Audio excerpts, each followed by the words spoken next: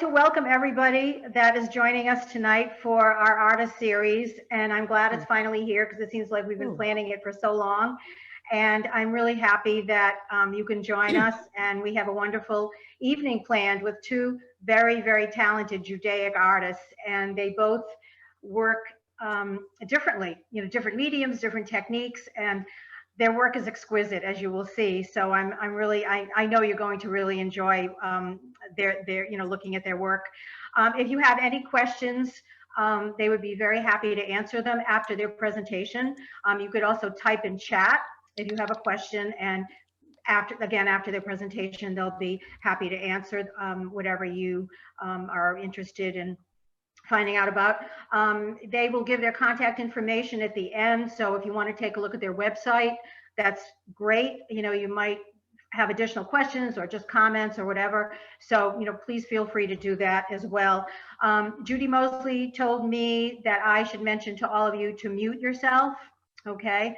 And then we can get going. I asked each artist to send me a brief bio of themselves so that we could get to know about their background, how they started, what type of work they do, why they do it, how they feel about it, things like that. So I will be starting to read the bio. We have two artists. I should mention their names, I guess. Naomi Lipsky will be our first artist, and Nancy Katz will be our second artist. And so I will read just a brief bio that Naomi sent me. Very, very interesting. Naomi says, I am a Judaic artist who presently lives in West Warwick. As a child, I was constantly making things with fabric, paint, glue, and paper. In school and out, I took classes in painting, photography, sculpture, pottery, and more, but I never took my creative abilities seriously as a vocation. Instead, I applied those energies to my career as a scientist, which satisfied my need for both creative and analytical thinking while helping, hopefully, to do some good in the world.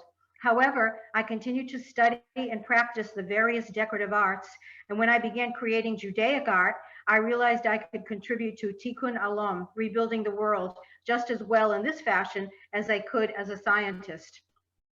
My greatest satisfaction as an adult artist comes from working with Judaic themes and fulfilling the Hidur mitzvah. I find my Jewish heritage to be an endless source of inspiration and beauty. It is challenging for me to solve the design problems created by the requirements of ritual art. Further, in researching Judaic symbols and history for my artwork, I increase my own understanding.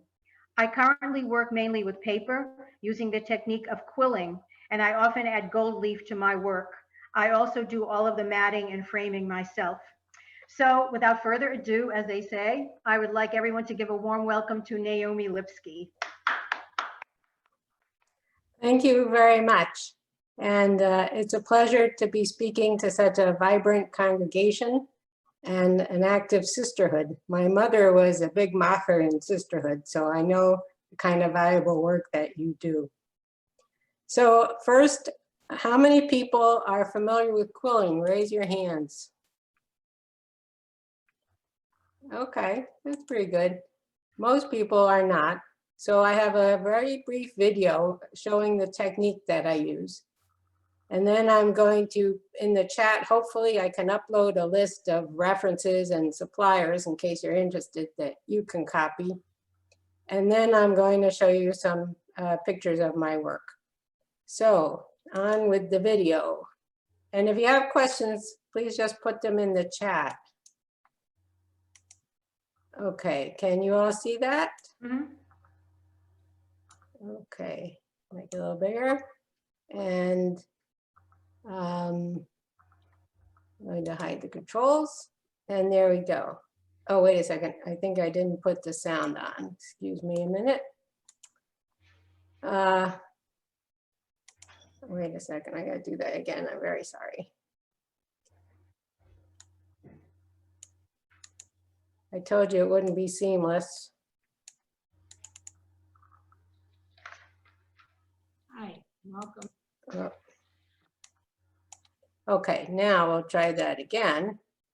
This time I will turn on the sound. There we go. Can everybody All right. Hi, welcome to my studio. I'm going to give you a little talk on the basic methods involved in quilling. The first thing you need to know is it's quilling, not quilting. I once gave a class and the woman showed up, was very disappointed because she thought it was a quilting class, but she stayed and she ended up being one of the best students in the group. I really like teaching, by the way. So here's an example of a quilled design. This is done with strips of paper. These are 1/8 of an inch. If you go on edge, you can see that.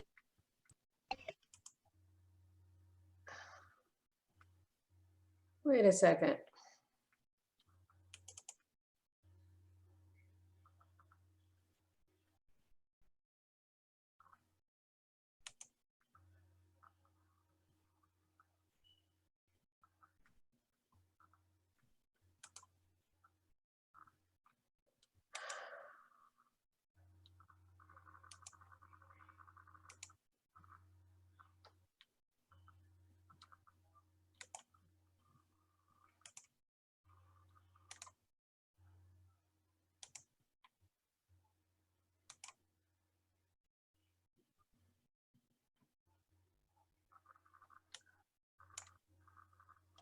Just so you know, You're on the Zoom. You're fine on the Zoom. You just have to start your video again. You're all set.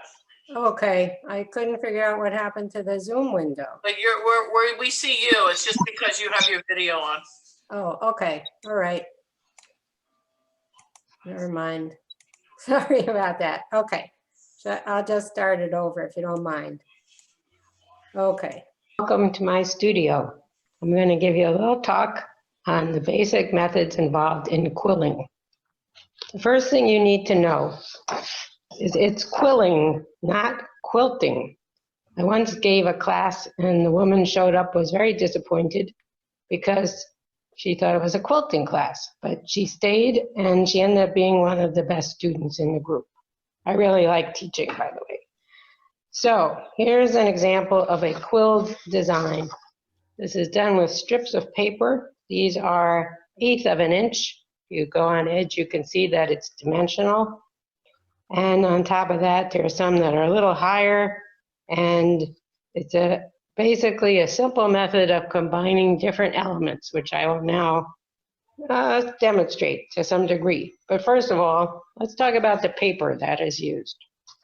When I first started quilling, which was about 40 years ago, you could buy ready-made only 3 sizes of paper: a 1/16 of an inch wide, an 1/8 of an inch, and 3/8 of an inch.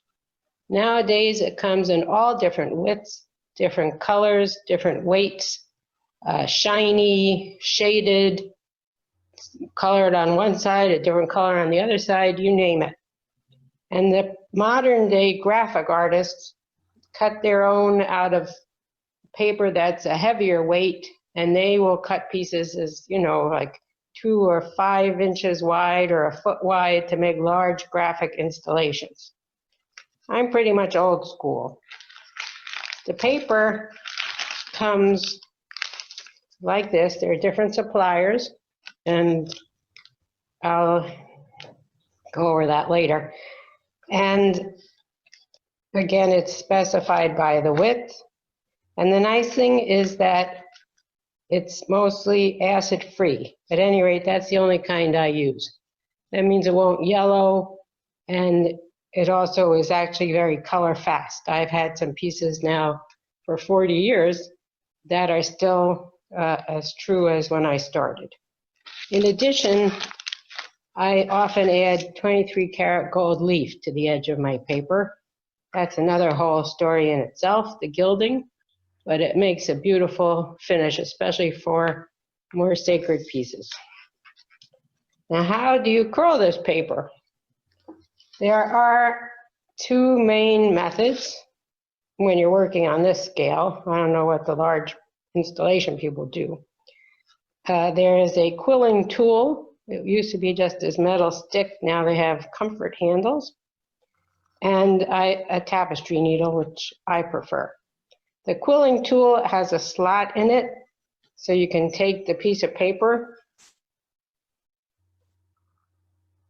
put it through the slot and curl away. Some people call it twirling, whoops. And you end up with your curl. The problem with this is that the inside of the curl shows this crease where you put it into the slot. And it's all right for beginners, but once you see what it looks like after using a needle instead, you probably will find it much more noticeable. I use a tapestry needle, which is blunted on one end, and for very fine work, I will often use a pin. Now, how do you do it? Well, you take your piece of quilling paper, and the size and the tightness of your roll is based on experience and trial and error. That's how I do most of my designs. So I roll it up. I have this what's called a tight coil. I might loosen it up, and I get an open coil. And you can glue that directly onto a background. I use Elmer's glue. And from that coil, you could also roll the other end in either direction, towards it or away from it. And you get what we call an S coil, and so on. So this could be, and you can then pinch this if you want to, and you get this very nice sort of spray. You get the idea.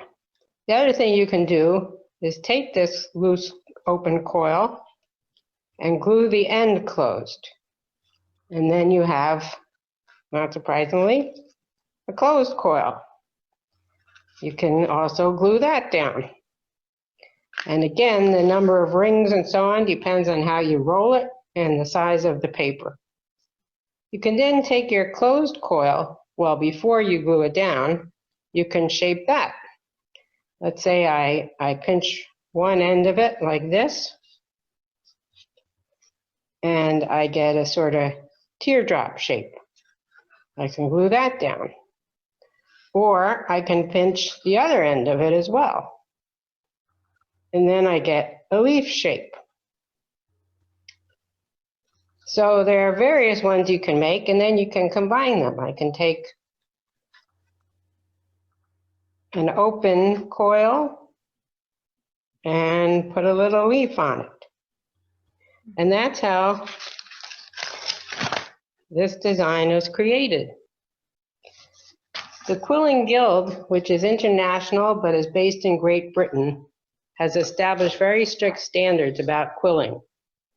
This is a chart of the main elements, the traditional ones, including that teardrop I showed you and the leaf and some of the open coils. And in addition, they now have a whole bunch of other ones that they accept. I don't even do some of those. And they also have an accreditation process, which I had to tell you, I failed the first time I applied. That's my lamp, sorry. But then I passed the second time. So I've been an accredited quiller for 18 years. And now I will show you some of my work. Thank you.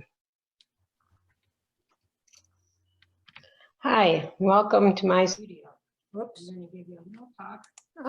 Basic method. Okay, there we go.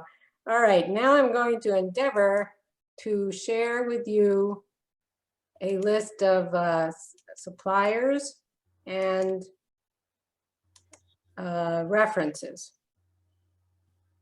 And it's going into the chat as a link. And I believe you can just download it if you're interested.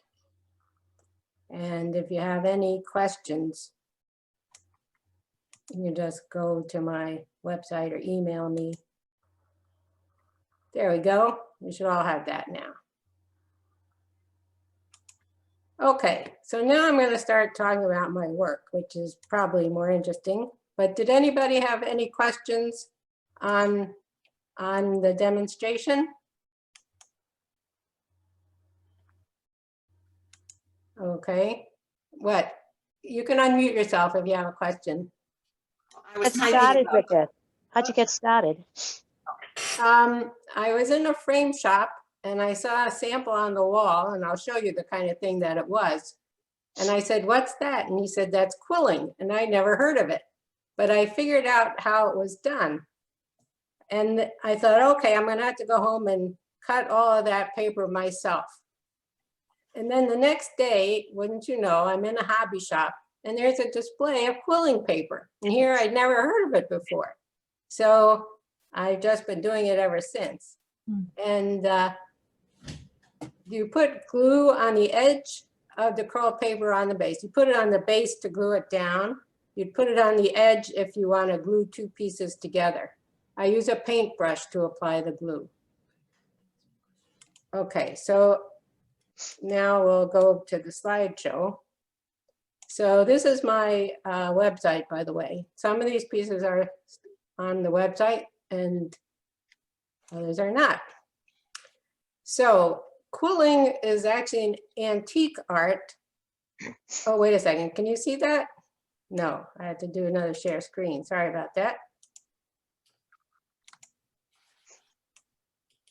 Okay. Can you see that now? Mm-hmm. Yeah. Okay. And you can hear me, obviously. I'll hide that. Okay. Anyway, this is my website, lipskyart.com. Quilling is actually an antique art. These are some samples from Williamsburg. They would take a wooden box and quill on top of it. Each of these dots is a separate coil. And this is a more elaborate one on the right. There are references in Jane Austen to girls sitting before the fire rolling paper. So it was obviously popular in colonial times and later, the 1800s and so forth. Contemporary quillers do more ornaments and decorations, but some of you may have seen this stamp. This is quilling. This work was done by an artist named Yulia Brodskaya, and she has a delightful book, which is on my list of references. We all want to be her when we grow up. Her work is extraordinary. So the most common application, which is the one I saw in the frame shop, is to take a printed invitation or a photograph and ornament around it. So these are some samples of that. This is a wedding invitation that I quilled on top of the design, which had roses and so on, and it became three-dimensional. And then I framed it and gave it as a gift to the bride and groom. Nice. This was my own invitation for a Jewish wedding. I like to do a sort of chuppah motif. And this is lace from my bridal veil. I can incorporate lace, dried flowers, whatever the family would like me to use. One woman wanted me to do her china pattern. So I had to go to the department store and see what that looked like. But I like the challenges. And then as I said, I love commissions because it makes me have to stretch and do things I normally might not do. And it makes me feel good to know I'm helping someone to express something that they need to have expressed in some way that I can do. And so my very first commission was for a friend of mine who carved vegetable centerpieces as decorations. And she wanted me to ornament around her business card using her vegetables, I mean, the kind of vegetables she worked with, in the Victorian style, no less. So this was the result. I had to go to the supermarket and find out what some of these things look like, a turnip and so forth, and the leek, that was fun.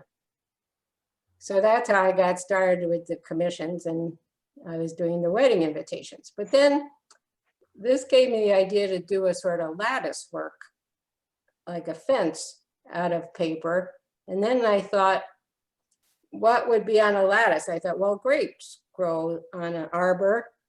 And what is the good of grapes? And I thought, the prayer over wine. And so I made this piece, which says, Bore Pri Hagafen, the end of the blessing over wine. And after that, I was a Judaic artist because it just gave me so much satisfaction and a sense of purpose. And for those who are now expert quillers after having seen my video, you can see that this resh is one coil. Can you see my pointer, by the way? Okay, well. And each of these grapes is an individual coil, and the leaves are made of 4 that are joined together. And there's my lattice in the background. So this was the beginning of my career. And from here I went on to make liturgical pieces, holidays, and ritual objects. Sometimes I would just have an idea based on something I'd seen or some paper I had gotten, and it would just lead me from one thing to the next. This is a mizrach that I made. A mizrach hangs on the eastern wall to denote the direction of Jerusalem, so you can face Jerusalem when you pray. And this is a quote from Psalm 113, which says, "From the rising of the sun until its setting." And it goes on, "You shall praise the name of the Lord." That's a pretty common one for a mizrach, but a mizrach can be made of anything, have any design. This is 2 more. This is a more contemporary style than I usually do, but this is from the El Adon hymn that we say on Sabbath. He looked into the sun and it shone forth light. He called into the sun and it shone forth light. He looked and he formed the figure of the moon. And then this one, I got this frame. And so just having that frame was the challenge for me. And I made the mizrach to go in it. And that was pretty cool. Then another thing that you might have seen, in fact, I think this was used in advertising, are hamsas, which are good luck charms. These both say mazel. And this one has 23 karat gold edging on the bevels. I'm also a gilder, but that's another whole talk. We could save it for another time. And this is done sort of like a Mendi design that Indian women wear. And it's also gilt edged in places. And I've wrapped the mat with marbleized paper. And as I said before, I do all the matting and framing myself. I think that's part of my artistic process. These are just a couple of shaloms. Again, this one I got the frame and I thought it was beautiful, so I made a piece to go inside it. And this is the new style, also in one of the books I gave you. It's a Chinese quilling, and they just do these very free, delightful kind of designs. And I'm sort of OCD, so it's hard for me to really let go, but I've been trying to do that, and I think it's fun. It's a lot of fun to do this. And again, it's a covered mat I cover with some paper and so on. Then more specific, this is the 3 pilgrim festivals: Passover, Shavuos, and Sukkot. And I think they don't need any explanation, but if you have questions, I'm always happy to answer. And then this is a piece from Liturgy, from Psalm 118. "The stone rejected by the builders has become the chief cornerstone." And you can see with quilling, you can not only do Hebrew letters, but you can actually project different fonts. This is different from the Siddur font that you saw before. So that's kind of fun too. And the little in-joke on this is that the marbleized paper that this is covered with is traditionally called the stones pattern. And that's used on this piece about the cornerstone. That's my little joke. Now, when I've done commissions, as I say, I really enjoy it, but I've only had one problem, one unsuccessful commission, I should say, and it taught me a good lesson. A woman asked me to create a piece for her son's bar mitzvah, which was ki teitze. That's one that has a lot of ethical principles in it. And so I told her I was selecting this verse from it's Deuteronomy 22, and it's "You shall not take the dam with the young." And my translation was the Hertz Humish, which is the English Hebrew translation of the 5 books with commentary. And it's the one I grew up with, and it's the one I'd always used.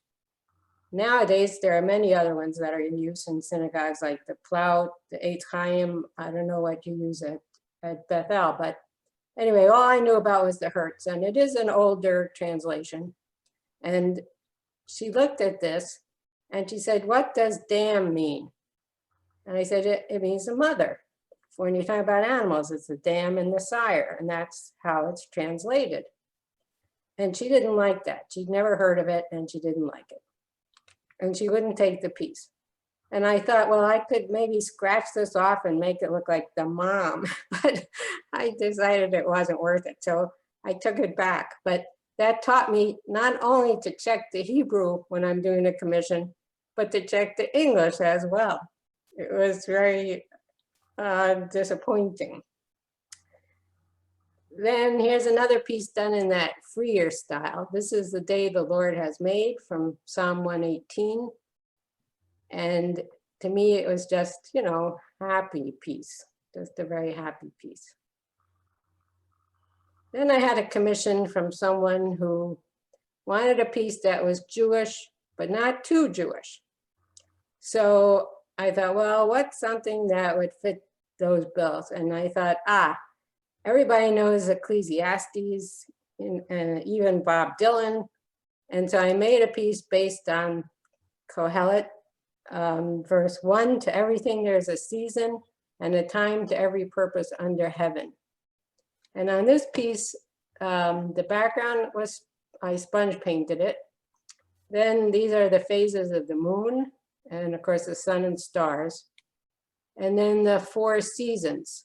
This is the winter, summer with, spring with the robin, the summer, and the autumn. And I was living in Minnesota at the time, so that's a Canada goose in there. No, a loon, which is the Minnesota state bird. We had plenty of Canada geese also. Anyway, I like that. And actually this ended up being used by the UJA on one of their greeting cards. My next commission, another commission was for the Mayo Clinic Women's Cancer Center. I had about 18 years ago a little breast cancer, and my oncologist knew I was an artist, and she asked me to make a piece for the waiting room for the Women's Cancer Center. And I was at the Mayo Clinic because my late husband was a physician there on staff. And they're very strict about what's displayed. And if you made artwork, it could not be reflective of any race, religion, creed, or so on. It had to be universal. And it even had to be framed in a particular way. And that's if I wanted to go in the public waiting room. But if I wanted to frame it my own way, they would put it in the library adjacent to the waiting room. And so that's what I opted for. But anyway, the only hangings there at the time were quilts that had been made by other people. So I designed this to look like a sort of quilt. And I selected verses from Proverbs, woman of valor who can find, just talking about women and what their strengths are and their abilities. And then I illustrated that with these designs, nurturing and hospitality, spinning, weaving, and the modern woman.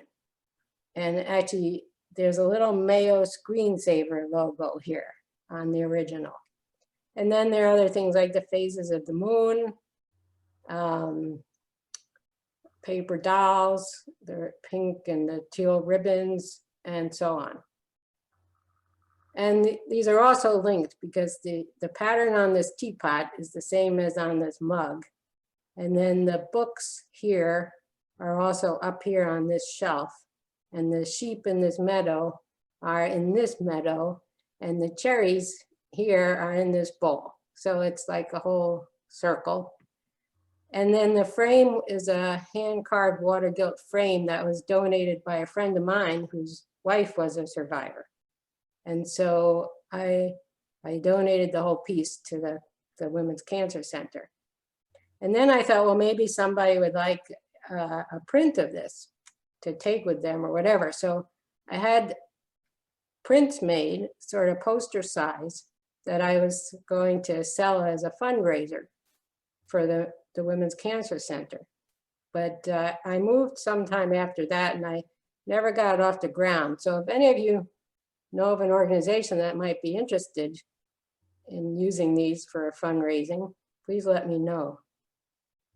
My favorite kind of commission is for new babies, or any baby, children, whoops, of any age, whoops. I usually use the Hebrew and English name and the birthday, but I can put any information that you want. And I also ask the family what they would like included, where the name come from, any specific locations that are important to them, a color scheme, and so forth. So this is one that I really liked. The baby's name was Yordana Hana, but Elihu Viliora.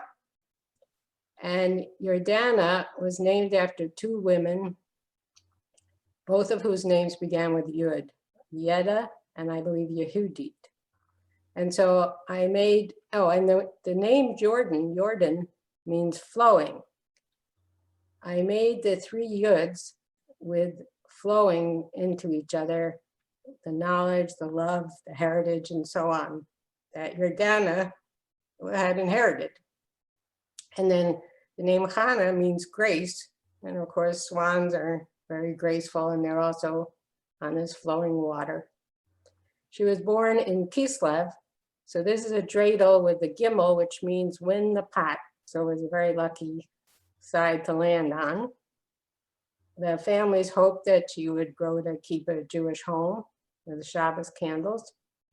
And her name Hana in a life high. And then pomegranates, which represent the 613 mitzvot and also abundance. I could do a whole talk just on pomegranates. And then another family, they were not Jewish, but they picked a Hebrew name for their son, was Elon, which means strength and oak. And I made this piece for him. So I really like doing that. I like working with the family. I send them a sketch and they send me their opinion and we work back and forth. Another thing I've done is Aleph Beit. And this particular one, I used all symbols from Tanakh. And it's not so easy because for Vav, the only word I've ever found that starts with a Vav is Vav, which means hook. And it's when the sanctuary is being outfitted and they hang the curtain with Vavs. If any of you ever come up with another word, please let me know. I mean, I could think of Vashti, but I never liked that story, and I don't know if that's appropriate for children anyway. And just to show I don't play favorites, this is an ABC that's all floral. Don't ask me what the names of some of these are because I don't remember, but it's accurate, and I provide a whole list of everything, at least Z for Zinnia, we know that. Then people ask me if I can make three-dimensional pieces, and I do. So this is a mezuzah, the first one that I made. It's for indoors, although I had cases made, acrylic covers to go over it, but I still wouldn't trust it in the rainstorm. And you can put the scroll in behind this, and it has a shin on it, which is traditional. But the best thing about this was that I was at a craft show, and a woman named Belle Rosenbaum of blessed memory came by and bought it immediately. Belle is a scholar, she has a doctorate, and was a great philanthropist. But she had a personal collection of mezuzot numbering in the hundreds, if not more so. And eventually, she put everything in this book upon my doorposts, which is just a beautiful collection of pictures of all these mezuzot from artists all over the world. And I'm proud to say that I'm in it. I mean, my mezuzah is in it. But even better than that is that eventually she donated the entire collection to the Great Synagogue in Jerusalem. And on my first trip to Israel a year and a half ago, I got to that synagogue for Saturday services. And in the main lobby, the whole thing is taken up from wall to wall by showcases behind which are all of these mezuzot. And each one is numbered, and on the wall is a little sign with the number and the artist on it. And I was there. I'm either number, I think 54 or 56, I don't remember. And I couldn't take a picture because it was Shabbos, but it was phenomenal feeling to me to see that. Since then, I've made more complex mezuzot, but this is still the one that has the most meaning to me. I also make basamin boxes. This is for Sukkot. The outside is all gilt edged. Inside it's white, the original color. Top comes off, and I made a little insert that you can put spices in, and it's functional. And each side is one of the 4 species. And around the bottom, it says, you shall rejoice before the Lord 7 days. And this wooden base was made by a friend of mine. And people also ask me if I make jewelry. So I don't do that very often, but I had an idea to make this piece several years ago. This is gilt edged here. And when I lived in Minnesota, I would enter the Minnesota State Fair, which is a huge thing every year in the quilling competition. And I generally won because I was the only entry. But when I entered this piece, I was astonished to find that I had also won the best in show for crafts for the whole fair. And that was amazing. I have a huge purple ribbon that I'm very proud of. But I also do things just for fun. I made this for my daughter, Hannah. This balloon is actually a hemisphere. It stands out about 4 or 5 inches. I had to build the frame myself because I couldn't find one deep enough. And these dragons are gilded, 22 karat gold leaf. And this is actually a little H. This is what the whole thing started with, was this H. And I'm happy to say that she actually displays it and she's proud of it and she shows it to her friends. Occasionally I make a piece that's flat, and then if I really like it, I'll make copies of it, either a lithograph, a limited edition, or a print like the Woman of Valor one I showed you, or a giclée, which is a computer print, but that's archival. And the first one I made is this Hineni. It was a collage of paper that I then had photographed, and the gold was stamped, the gold foil, and then embossed. So it was a 3-part process, and it had to be perfectly registered. And they did an excellent job. But it's basically, you have the white light coming down, and when you say Hineni, here I am, it's like you're transforming it into visible light. You're actually taking this divine inspiration and changing it into actions that you can do. And this has been very popular. It's probably in as many non-Jewish homes as Jewish homes, which I'm very proud of. And I made a lot of connections with this, and I could tell you stories about it, but that is for another time. This is a giclée that I made. I don't have too many copies of it, but it's actually, you can see, for Passover, who knows one. And it comes with an explanation of why I chose these emblems. For instance, the 3 patriarchs were known for their hospitality, so it shows their tents. Abraham has the 3 angels, those are wings there. Isaac is the ram, and Jacob is the ladder. And so on, everything has its own meaning. And I like this one too. Then another piece I did for the Mayo Clinic, the original, I then had another print made of it. And again, this is embossed. And this is weeping may linger for the night, but joy comes with the dawn, from Psalm 30. And this was commissioned for they have a sort of meditation chapel area. And the frame was also hand carved and gilded by another friend of mine. And it's still, the original is still hanging there today. But this is a limited edition print that I have. And then finally, on a more cheerful note, this is another painting I did. Is watercolor, and I printed, and then I went back and hand gilded the rings and raised gilded the letters. And it says, Ani the Dodi Li. That's part of the Jewish wedding vow. I am my beloved's, and my beloved is mine.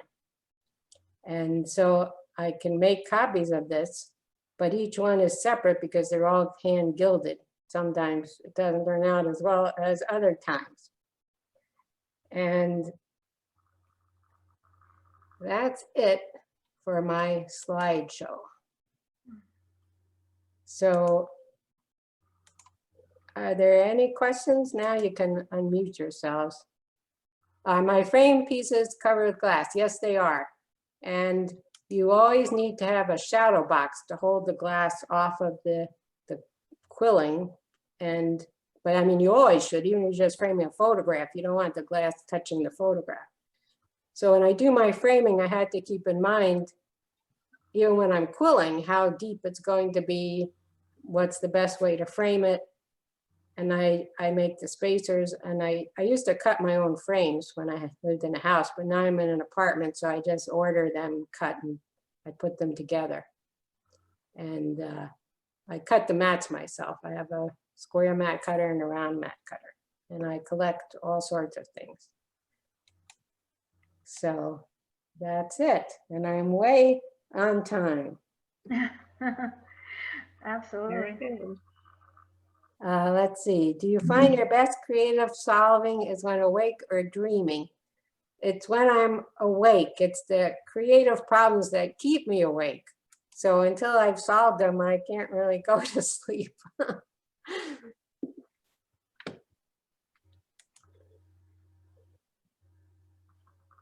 And I hope you're able to download that. It has that document has my contact information, and I'm happy to hear from all of you if you have questions down the road, and you can look at my website and see more things. So thank you again for inviting me. Thank you so much, Naomi. It was just absolutely fantastic. It was just so beautiful and with such meaning behind everything and with such talent. Really appreciate it. Really. Thank you so much. And hopefully you'll find our next artist's work, Nancy Katz, just as beautiful and interesting and meaningful, done in an entirely different way. So our next artist is Nancy Katz, and you might be familiar with her name because there was a very nice article written about her in the summer in the Jewish Voice. She's doing some work with the Alliance. So I'll read some information that she sent me. She says, as an artist, my work is about bringing color and light into the world. As an educator, my goal is to empower others to take risks and to embrace their own creativity. As a Jew, my commitment is to celebrate life to its fullest, acknowledging the power of both source and community. I am a native New Englander trained as an occupational therapist who spent 25 years living in Northern California, where I ultimately claimed my artist identity. I returned in 2005 to be present for the last chapter of my parents' lives. It is the Jewish community that has nurtured my creative spirit and has offered me the privilege of beautifying its sacred spaces and the honor of facilitating art experiences at its summer camps, synagogues, and community centers. I have worked in a variety of materials, from torn paper to painted silk to leaded glass. My husband, stained glass master craftsman Mark Leibowitz, and I moved to Providence from Western Massachusetts just before Rosh Hashanah of last year. We share a wonderful studio in Pawtucket, which we hope to once again open to the community for hands-on art making experiences as soon as we can safely do so. Meanwhile, I am missing direct connection with others while developing my Zoom muscles. It's an honor to be included in this series. So I would like to introduce to all of you Nancy Katz, and we're very much looking forward to what you're going to be showing us, Nancy. Okay, great. Actually, before I begin my presentation, I just realized while Naomi was speaking, I got up for a minute to look around the room and find this book, which both of us are included in. So I thought, Naomi, I know that name. I know I didn't until now, but I looked and saw that we're both included in this. Nancy, I'll have to have you autograph my copy. Okay, we'll trade. So I need to screen share now. Let's see. And I'm gonna, whoops, here we go. Here we go. So if you were to come to my studio, our studio, you would meet Mark and me. Mark, that's my husband, Mark Leibowitz, master craftsman. And half of the studio, where you have a wonderful space in Pawtucket with really high ceilings, and it's a great space. And half of the space is used as a stained glass studio, and the other half of the space is my territory to do my own work, which when we first moved here, the intention really was to bring people in and for me to share. And so in preparing for this virtual studio, I realized that what it meant was a totally different thing. And what I was going to do was give you a peek into my life a little bit here and some of the work over the years. So I grew up in Worcester, and my family was involved in the Worcester Jewish community. I graduated, I went to Beth Israel, belonged to Beth Israel Synagogue. That's my, I guess we were confirmands, and went to JCC day camp, and the Jewish community was a really integral part of my life. And the center of this image is my bubby and me, and my bubby was instrumental in my life because she used to take me religiously on Saturday mornings to the Worcester Art Museum for painting classes. And that really made a difference in my life. And though I did have trouble with the smell of oil paint, I have to say, so that never became my thing. These are images from my youth. The one on the left from grammar school. I was encouraged to create something, to do block printing before the rest of the class, so I could be in this art show. And nobody ever warned me about the trials and tribulations of using linoleum tools. And so that's a whole other thing. And I'm sure Naomi and I could compare notes about things that are said or not said in terms of teaching. The piece on the right was when I was a senior in high school.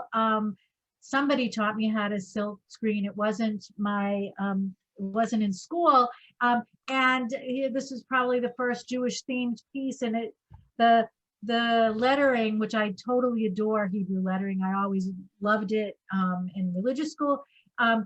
That should be high. It looks more like high, but we get the point. It's called Stav. It's which means fall or autumn. But as was mentioned, I always wanted to go to art school, but I was not really encouraged to do so in my family. I was to be practical, so I went to Tufts University to study occupational therapy. And when Mark and I were moving from Western Massachusetts, I came upon my this box from OT school. So I thought that'd be a good transition piece. But one of the things about Tufts is they have a relationship with the museum school. And even though my the OT training was very specific, I did manage to fit in one class at the museum school, which was a soft sculpture class, and took a journal that I had and made it soft. I do still have it. This is not in such great shape. And there was a very structured quilt design on the cover of this journal, which I interpreted as I did there. And this became significant. There are going to be images that repeat themselves, that come back. And this was such a wonderful process for me to pull these things together. I really appreciate that I had the opportunity to do this. I hope you find it interesting as well. This is an image that I created somewhere along the line that's called Emerging. And it comes back to me at different times in my life when and recognizing that there are sometimes we go down and then we come up again. So that's what that is. And I included this again. There are things that showed up when Mark and I were moving. And back in the day, and most of us can remember, we didn't always have access to multiple fonts and being able to do typesetting ourselves and all of those things. So this is even beyond cheaper. It was cheaper than going to a typesetter to do this. But I was asked to design a poster for a conference, and somehow, parallel to my work as an occupational therapist, word got out that I did some graphic design. So I did this for a Jewish women's gathering, and a number of works or of that ilk. So this on the left is actually a photograph of a t-shirt design. And again, I'm sure if I did it today, I wouldn't have done it by hand, and I would have set the type to make it work there. But there's a symbol there and these two dancing figures, and the dancing figures show up over the decades. So this work is from the late 80s and however long ago that was. The image on the right actually was another, I grew up, I came of age, as many of us did, with Jewish feminism, and which was very exciting for me, that my Jewish identity, which was such an integral part of my life, and my spirituality finally came together when Jewish feminism became part of the language, which happened in about the mid and late 80s. So, and being in the San Francisco Bay Area during that time, there were all sorts of conferences. And I'm happy to say that I was empowered to design things that became a part of it. So the image on the left, obviously for another conference, and then that design got used and incorporated. There's a spiritual community in Berkeley called the Aquarian Minyan. They still use it as their graphic until like 2 years ago. They just used the image, the original image, and then they asked me to update things a little bit about 2 years ago. So that's what's there now. This was actually my first commission. I knew nothing about needlepoint. I can't say that I really know much more about it now, but I was asked to design for needlepoint by the grandmother of a groom who wanted to design to needlepoint a chuppah for her grandson, and alas, she did. And I found some notes about this, and what I had said was I didn't know anything about needlepoint, but I knew a lot about collaboration, and that's been really a theme throughout my art life, has been collaborating. Here we go. There's the journal on the left, and if you came to the studio, and actually I know some of you have been there, this piece on the right is on the wall. It's really the first quilt that I did, though it's barely a quilt. I mean, it's pieced together, but I don't believe there's any batting in between, and I learned about quilting as I went. This is my second quilt. It's based on the photograph on the left of my bubby and me, the bubby who took me to the art museum for classes. And what I love about this quilt is that the fabric that's used, and what I love about fabric is it has all sorts of qualities about it, but the fabric that's used for our faces, it's the same fabric, only the other side. So I love the metaphor that we're cut from the same cloth. She was a very, very important person in my life. What I love less is, you can notice, especially in the upper left, are these huge quilting stitches.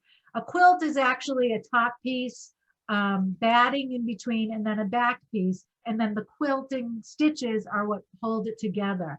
I really didn't know anything about quilting when I did this. When I went to the quilt store in Berkeley to get the batting and the back piece of it, I very sheepishly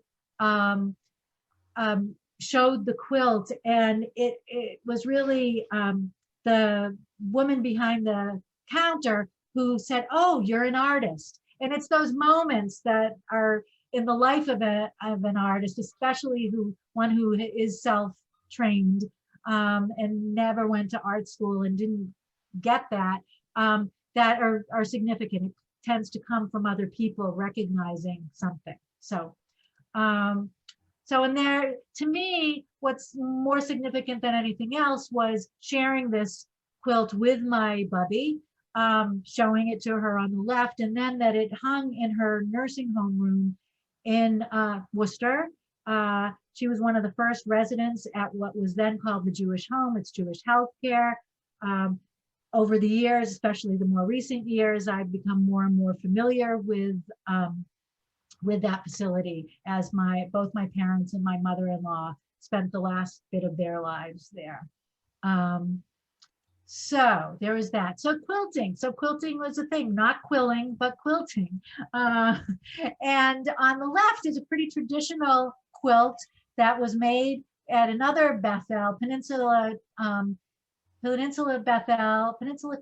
Temple Bethel of San Mateo, California. And so that was a project I did with students there, and those kids are probably all now grown with kids of their own. And it was a fundraiser for the congregation. Now on the right was a piece that I discovered that images could be transferred onto fabric. This was very radical, and it was very exciting. It was a new phenomenon. It's interesting. One of the things that's been really interesting pulling this stuff together is realizing that there are so many technologies that exist now that we forget didn't always exist. And so I just remember the awe of being able to print onto fabric or to transfer an image onto fabric. And this is a quilt that I made I was involved in the organization of a Yom Ha'atzmaut, an Israel Independence Day celebration in San Francisco. And I designed and created the quilt, and then all these wonderful people on the right were part of an adult weekend, arts weekend, that was held at the Reform Movement's camp in Northern California. At that time it was UAHC Camp Swig. And these folks did some of the quilting, much better, finer stitches than what I did with that first quilt that I showed you, the quilting. This is also at Camp Swig. This was the first summer that I worked there. And again, these young people are not so young anymore and have kids probably older than they are there. I took the technique of transferring images onto fabric. This camp had a big thing, as many camps do, with what they called session photos. And I transferred a lot of session photos onto the fabric to become the faces there. This was, I think, in 1986. So this was a while ago. I was asked to work with a group of seniors at the Marin Jewish Community Center. The center they were building a new building. We actually worked on this piece, these gals and I, in an office building and in sections, and then put it all together. And for many years, it hung in the senior lounge at the center. One of the things that I really love about fabric is its mobility and its ability. In this case, it was really used as a transitional object from one place and one reality to the next. Again, there's that t-shirt and that quilt. And this image on the right is something that I did. It was actually a resolution of a dream that I had. And it was a really kind of a sketch that I did. But when I brought it to have it just dry mounted so I could hold on to it, the person in the framing store said, no, you must frame it. So this is actually not the original frame, but the one that's behind me in this picture is the original frame. And I included, this was the first time I exhibited my art and really was identified as an artist. This is at the Jewish Community Library in San Francisco, which is part of the Bureau of Jewish, it was, I guess it still is, part of the Bureau of Jewish Education of San Francisco, which has a different name now, which was next door to the Orthodox Day School in San Francisco. And one of the reasons why it feels important to include this piece, besides that I love it and Mark and I have it in our home, is that that it was controversial. It was questionable whether this piece could be included in an exhibit of Jewish art in this in the library. And I was a little concerned about that. I had a conversation with the director that was the director of the Bureau of Jewish Education, who was saying, no, you can't, I love your work, you this, that, but you can't include that.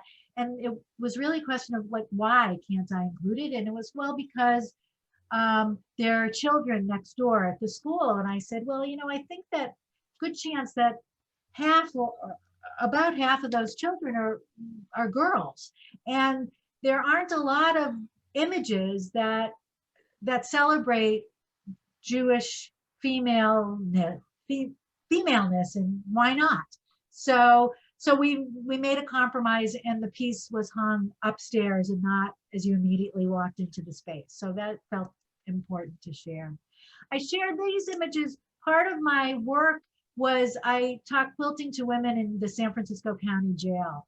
And I really loved working with these women who had really had a bad deal, most of them in their lives. The crimes that they were in for were pretty petty, and I would hear stories of all sorts of stories about what got them there, and it was really kind of appalling, but as you might imagine. And I used this technique of paper, and in this case using magazine papers, as well as, well, actually, I think they were all from magazines, maybe some colored papers, to get the ideas going.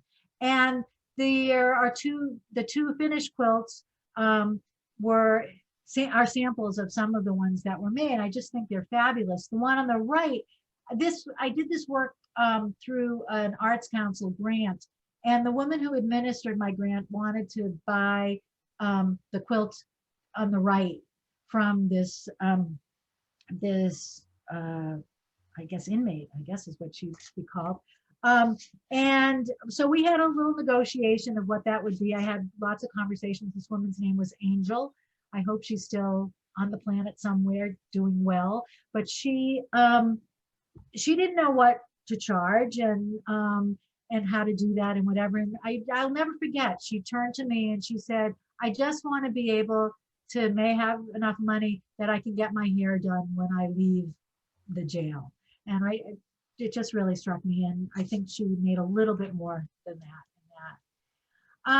I thought I wanted to take quilting and turn it into a business. I was going to do a baby quilt business using patterns from Seminole quilts, and I bought bolts of cotton flannel to do that. The image on the left is my nephew, who's now 34 maybe, but he was the first recipient of one of these quilts. The business was going to be called Quilts for Kids. To do that, I bought an industrial sewing machine. I don't know how many, maybe I made a dozen of these quilts, maybe more, but I didn't do the business. But I did, during that time, I was living in San Francisco in a very small studio apartment with my industrial sewing machine. And I happened to go do an errand to do some graphic work for the Bureau of Jewish Education. I had to do some work, and I stopped at this parking space that is not my car, but that's the parking meter that kind of changed my life. I needed change for the parking meter, so I went into the storefront knowing nothing about it. But what it was it was the Names Project, the home of the AIDS Memorial Quilt. And it really changed my life. I had been with a very dear friend. This was in the 80s when people weren't talking about AIDS, but I went with this friend when he got his test results of testing HIV positive. People weren't talking about it. He didn't want to talk about it. He didn't want me to talk about it. But here, this place that I walked into was someplace where not only were people talking about it, but they were doing something about it. And I became part of the early team of people. We were all volunteers. I started volunteering. I donated my unused or minimally used industrial sewing machine to the project, and helped to build this project into the phenomenal biggest community arts project in the world that it was, and raise consciousness. And we were all making things up. So I was what I was the outreach coordinator and the education. I was one of the few people who had any experience working with kids and stuff. So I just did that. And eventually we called me the director of education and outreach, because it's really like we were all making it all up. So I did not go on tour with the quilt, but I insisted that we make a quilt that mapped out the tour. And I did meet up with the quilt at different places. This is in the lower right is in Minneapolis. Unfortunately, and those are three of my colleagues with the quilt. The two men are passed away from AIDS relatively early in the pandemic, in the early 90s. Oh, thank you, Scott Lago and Jack Pastor. Right.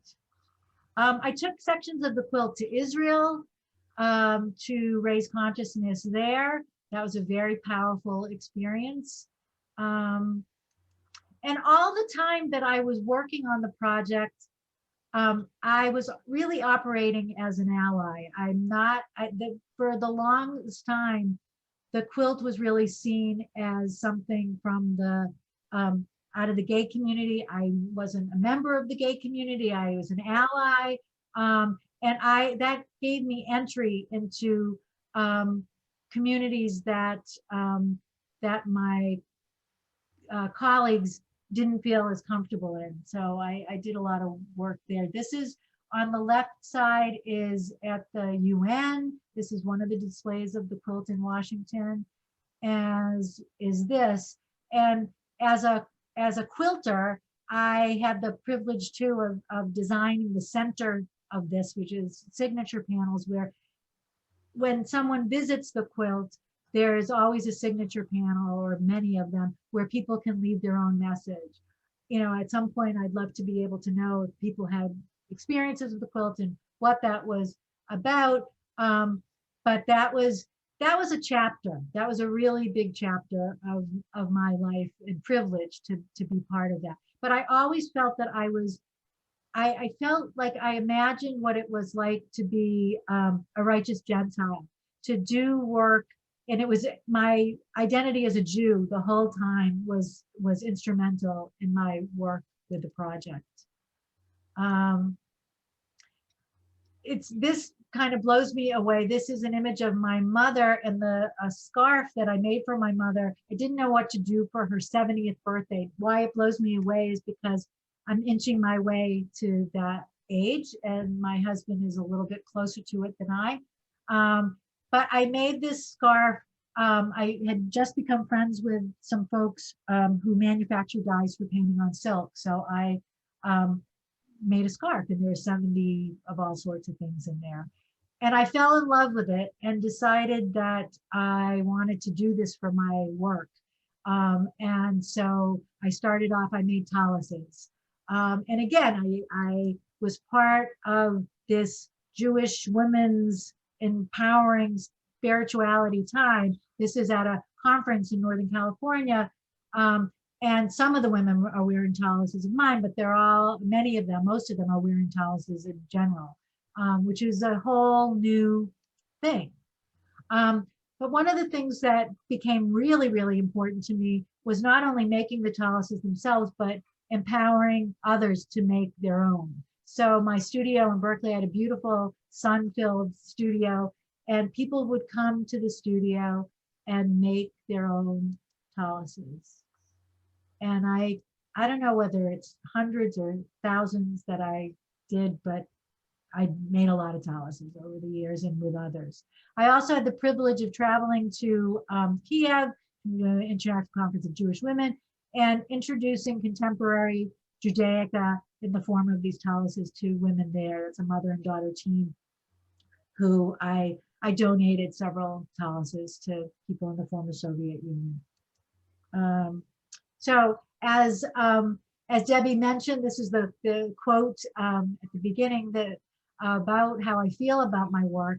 This became my life's work, is making Judaica and empowering others to do the same. This is at a gathering of the Women's Rabbinic Network. These are healing scarves that they made. This is at a congregation in Washington. I traveled all over the country to work with people to make different ritual objects. This is actually in Longmeadow. Others gave input for this parochet, but I did that work. But people not only made taluses, they made their own chuppah. I made some of these. The one on the right, upper right, this is at an exhibit at the Oakland Museum. This was, the theme had to do with the Grateful Dead. That was important to them, but here we go.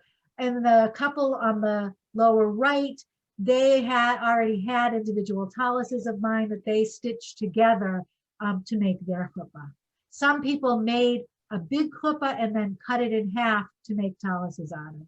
So and these are banners that were made, some that dealing with different Jewish values.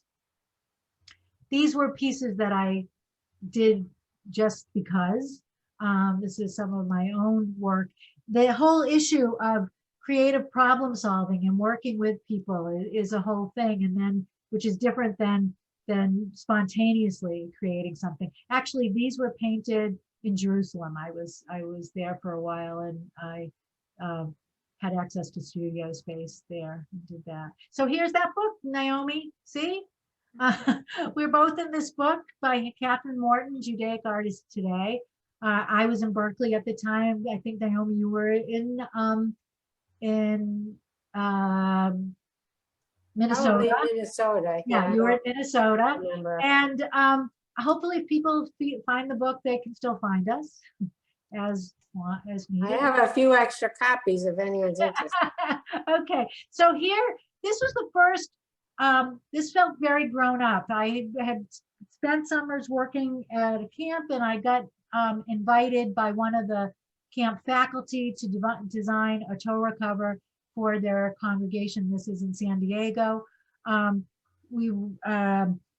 Naomi mentioned about getting feedback from the customer, the client. One of the things the rabbi missed was the misspelling of the mishpat on the drawing. So on the right where it's finished up, that's the second doing of that, because he didn't notice until I had already painted it and sewed it up and whatever, sewn it up, that it was incorrect. So we did it again. Some of you may be familiar. There's a group in Natick at Temple Israel in Natick, a conservative synagogue, has a group of men. I don't know if they're still doing what they did, but they call themselves the Ark Builders. And over the years, they built all sorts of furniture for the sanctuary and other places throughout the synagogue. And they had they held a competition to design the Ark curtain. And I won that competition, and there's a book about it. This is a piece that, for those of you who have been in my studio, and some of you have been, you have seen, I'm mostly driven by, if not a commission, an invitation or creative problem solving. There was the Spertus Museum in Chicago put out a call for toe recovers. And I had this idea of making a toe recover out of a wedding dress. And my mother just happened to have one sitting in a closet that she had worn, but then had washed and it shrunk. And so it was perfect as the foundation for this toe recover that my friend and someone I went to OT school with who also lived in the Bay Area, we collaborated on this piece, and it was one of the finalists in the competition and was exhibited at the Spertus Museum. And now it's in my studio, our studio. These are images of some of the other toe recovers that I've made with folks. The velvet is embossed in places, and that's a technique using tools of the linoleum block print that I showed in the very beginning. So it came full circle. You can see on the left in this, this is in Milwaukee.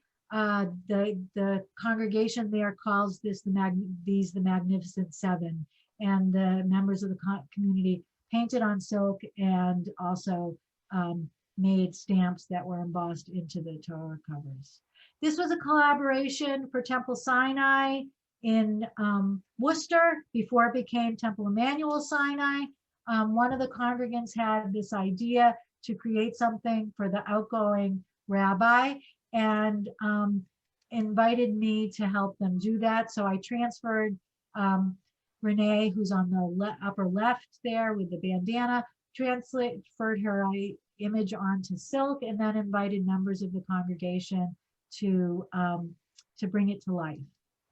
And they did. And here you go. So until the congregation merged with Temple Emmanuel in Worcester and became Emmanuel Sinai, this was for a couple of years, this was the parochet. Now it hangs as a wall hanging in the entryway of their newly renovated space. Okay, so this I included this was a personal piece that I did in that transformative time here. This was when I turned 50.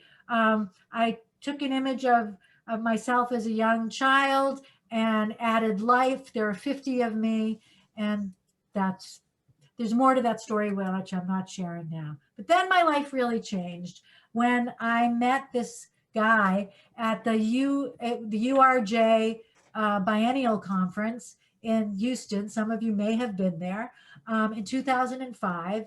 And and Mark had been fabricating stained glass windows for decades.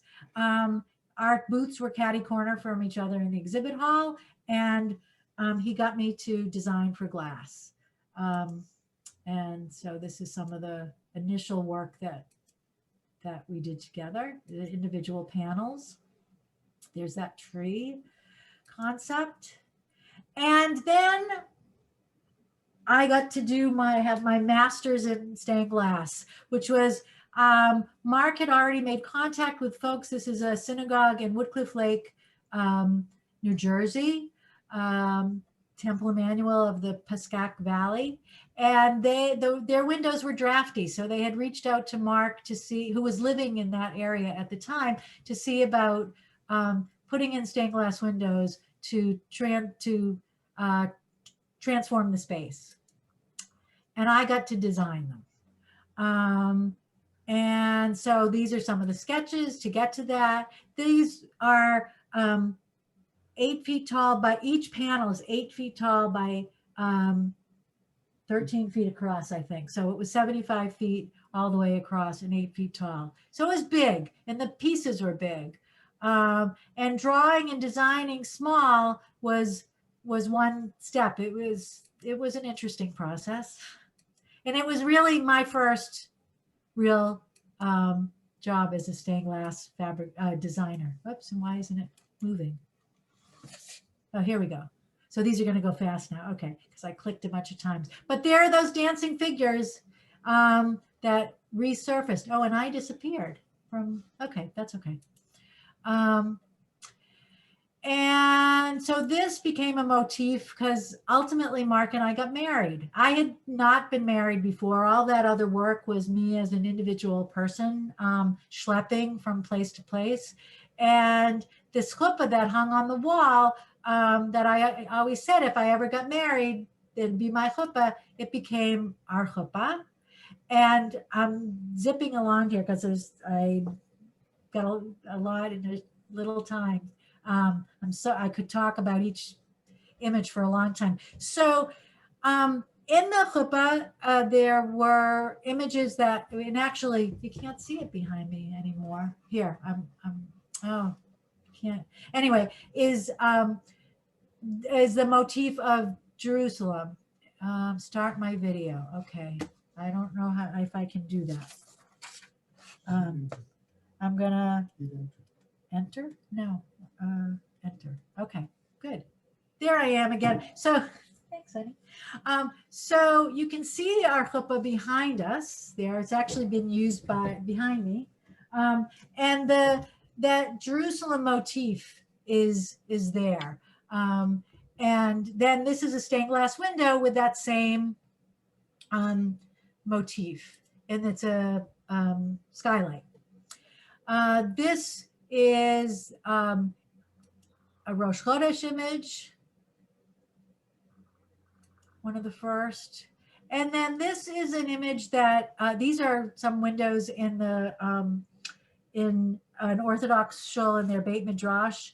And I designed these and painted some of the glass here, but one of the things that I learned, actually even with the sewing and when I was making taluses and things, that to stick with what I do well and to let others do what they do well. So Mark and I worked with a young man who we call Miracle Dave, who did a lot of the painting based on my design.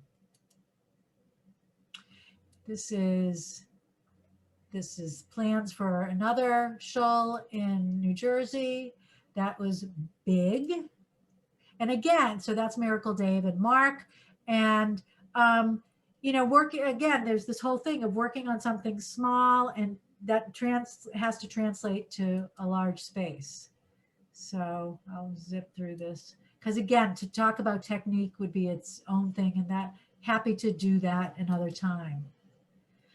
We worked with the translation we're fortunate to be close friends with Everett Fox and Sherry Kohler Fox, who are in Newton, and Everett's a scholar and professor at Clark. And he did an amazing translation of the 5 books of Moses, among other things. And we use that as the source for the translation. And the days of creation work around this 8-sided room. The 8th side is, these are 2 of the panels from that. And those are the Jewish people. And there's a minion's worth of people, and those dancing figures, there they are. This is the creation of the day and the night, and the symbols there. And one of the glorious things about stained glass is what it does to the space and how it transforms the space and changes. In this case, they were getting too much. This is in their chapel, their daily chapel, and they were getting too much light would come in every morning. So we helped problem solve for them in that regard. This, back to that early image, the bird motif. This is designing on the wall, and that was our beloved dog Mazel, you can see there. But this is in our studio in Western Massachusetts. And these are windows that were designed for the Eisenberg Assisted Living in Worcester, where all our parents, actually, Mark's mother and my parents, had been residents. It so happens that the middle stretch was created in memory of my father and my brother. And my mother apparently used to spent time walking around the facility in search of the perfect place for these memorial windows. The panel on the left upper left came later in a corner of the space. And that was, for me, that was acknowledged that people came to this facility, they left behind a home, and this was their new home. The bottom were windows that another resident made in memory of her beloved husband. Here are individual panels. I am in love with the Hebrew letters. And as you saw, the initial panel on the left, here are a couple more olives that were smaller. And this, going back to the textile work and playing with imagery, I want to share that.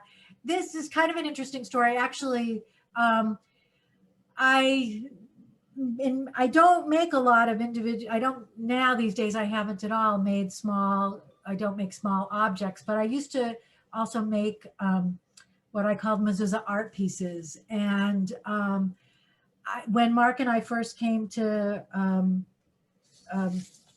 Providence, we were in someone's home and saw one of these pieces on the wall. And I asked the host if where he got that. And he said, well, it's a local artist. I got it. I said, no, I made that, but someone maybe gifted it to you, but that's my work. In the middle is an image of Elie Wiesel hanging one of these mezuzah art pieces on the wall at Stanford. And this on the right is one that's hanging in our home now. And I share it too because as a segue to some of the projects that I've done over the years, and I can't tell you how many, but many thousands of mezuzah art pieces and different projects with folks.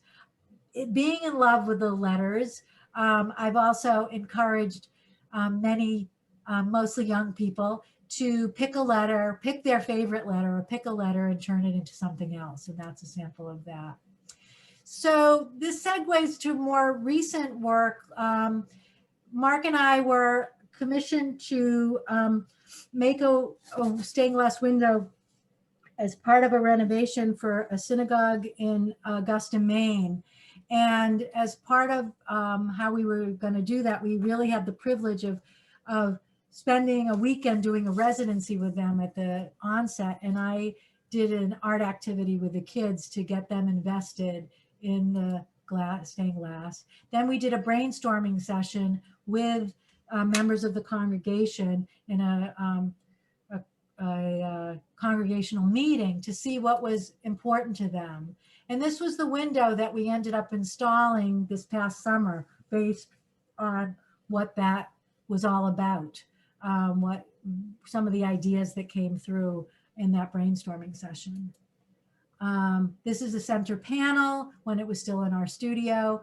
That one of the things that they spoke a lot about was their interest in social justice and their connection with each other, and their connecting internally and externally, and that represents that, which is overlaid over the Torah scroll. And somebody insisted that there be a shofar, and I insisted that the inside of the shofar represent images that that show the shofar blasts. So Tekiah, and ultimately the Tekiah Gedolah on the right. So they're all had meaning. This is Shavuot, the Shavuot portion. So there was that. And actually, I don't know who's on the call, and maybe some of you have a relationship with Crane Lake Camp, but 2 summers ago, I think it was, I had the honor of working with some of the young people there to create Torah covers with them. So this the kids made. And this goes back to before I left California. I taught at a day school, and I had classes come in, but this was a school-wide project of making a Chanukiah.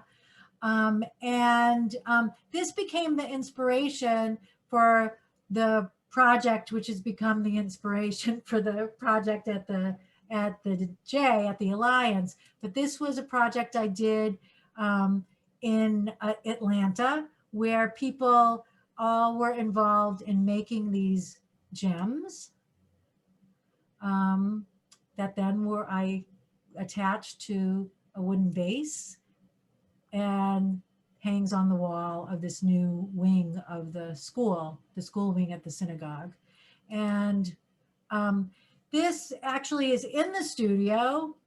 Some of the folks on the call, I think, I can't see who's here or not, but before, well, in February, God bless Alyssa Felder, she had organized a Core Connect gathering that happened in the studio. It was in February, and people got down and got their hands dirty, and I think had a really nice time, and I had a blast, and it was really what I had hoped was going to be happening extensively.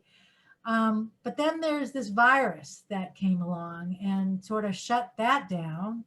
One thing that I was able to do was build on the project that I had done in Atlanta with the folks at the Alliance, and this is actually what prompted the article that some of you had seen.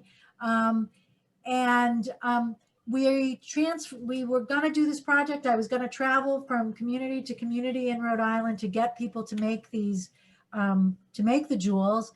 And we had to come up with a way to involve people in the privacy of their own home, with the intention that ultimately this will hang in the lobby of the Alliance, and we'll all be able to celebrate and create more beauty together. These are things that have happened since the pandemic, needing to keep things simple. I've learned, I guess I said in my introduction, or Deb said, that I have had some mastery with Zoom. I had the privilege starting this summer of working with the organization DeRote out of New York, which in doing intergenerational projects with folks, with teens and older adults. I'd love to do more of that locally and beyond. But we did a self-portraiture class using Russian stacking dolls as our canvas. And then in other activities, that's also DeRote. And this was a Core Connect session. I know Cheryl, I don't know if Cheryl's still on the call, but she was part of that. I don't know who else might have been. But really making lemonade here. These are Brown and RISD Hillel students that participated in a Hanukkah project. This is some work of mine that I managed to do some more playing with paper. And what I'm working on now is that and it's really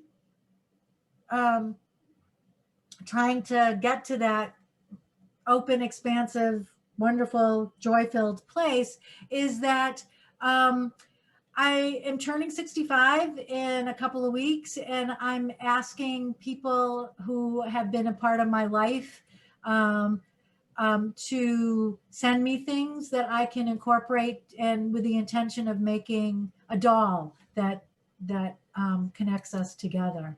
So inspired by dolls that I have, that I did not make the ones on the right, I did on the left. So that's what I have to say. I'm sorry, I think I went over a little bit here. So let me stop sharing. And that's what I have to say. And oh, there are notes. Well, I don't know which, Cheryl, I don't know which letters you're talking about. I'm sorry. That was the controversial female. Oh, it was the whole alphabet. Yeah. It was a tree of life with all the letters of the Absolutely beautiful. Thank you. Thank you.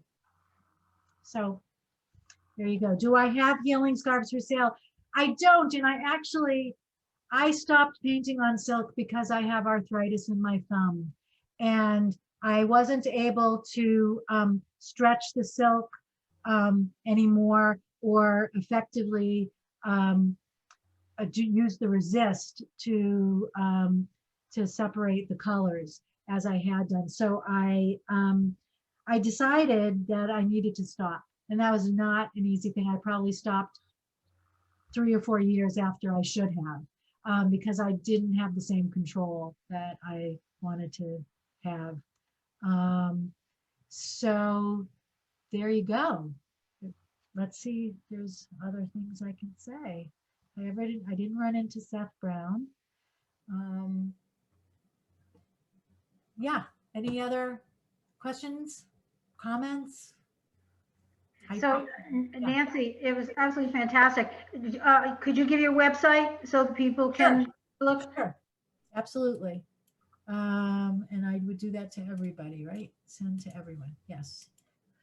I'll tell you anyway, it's what is it? NancyKatzWillmark.com. Okay.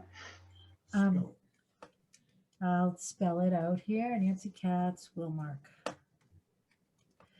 Mark's business has been Willmark Studios for years, and so we did that together. Oh, great. That's Yeah. good. Nancy, Yeah. they're wonderful. Absolutely. Give a round of applause to Nancy. It was absolutely fantastic. Thank you. It was, I don't know how you remember everything you've done. I Well, mean, it's unbelievable. Well, there was a lot more. Mark and I Yeah. went through this earlier, and it was like, oh no, can't have that, can't show that. It's lovely, but can't show that. And some of the stuff I totally forgot about. Yeah. But then seeing images, I get reminded, and it's really been quite a run. And now trying to figure out new ways to do new things with the limitations, both physically and with my hand limitations, and then also during the pandemic, because really I'd love to be doing stuff in person and having people come to our fabulous video space and learn and play with materials. So. Great. Absolutely. Well, I want to thank you, and I want to thank Naomi. Both of you were absolutely fantastic. I'd love to give a round of applause to both of you again. Thanks. And I want to thank you for taking time out of your busy schedule to share your talents with us. And it was so enlightening and meaningful, and it just absolutely fantastic. And I hope you enjoyed it. And I know everybody that participated watching all of this tonight really enjoyed it. If you have additional questions or comments, don't hesitate to go to their websites and, leave a comment, ask a question, whatever, because I know Naomi and Nancy would be happy to hear from you. I would like to also remind everybody that the second part of our artist series is next Sunday at 3. So from 3 to 4:30, we're having 2 other artists. Aileen Quinn, who does watercolor, and she does landscapes and seascapes. She's going to give a brief demo, she said. And our own Sisterhood member, Lisa Guarino, has also agreed to be one of the featured artists, and she does beautiful work, pen and ink and pastel pencils, and she does animals and all kinds of nature. So she's wonderful. And those of you that don't really know that she does this work, and she's part of our own temple, I think you'll be pleasantly surprised and you really enjoy her work. So please, join us next Sunday as well. Again, I want to thank Nancy and Naomi. I can't thank you enough, both of you. And I want to thank everyone who participated tonight watching. So thank you so much. I hope to see everyone next Sunday too. Thank you.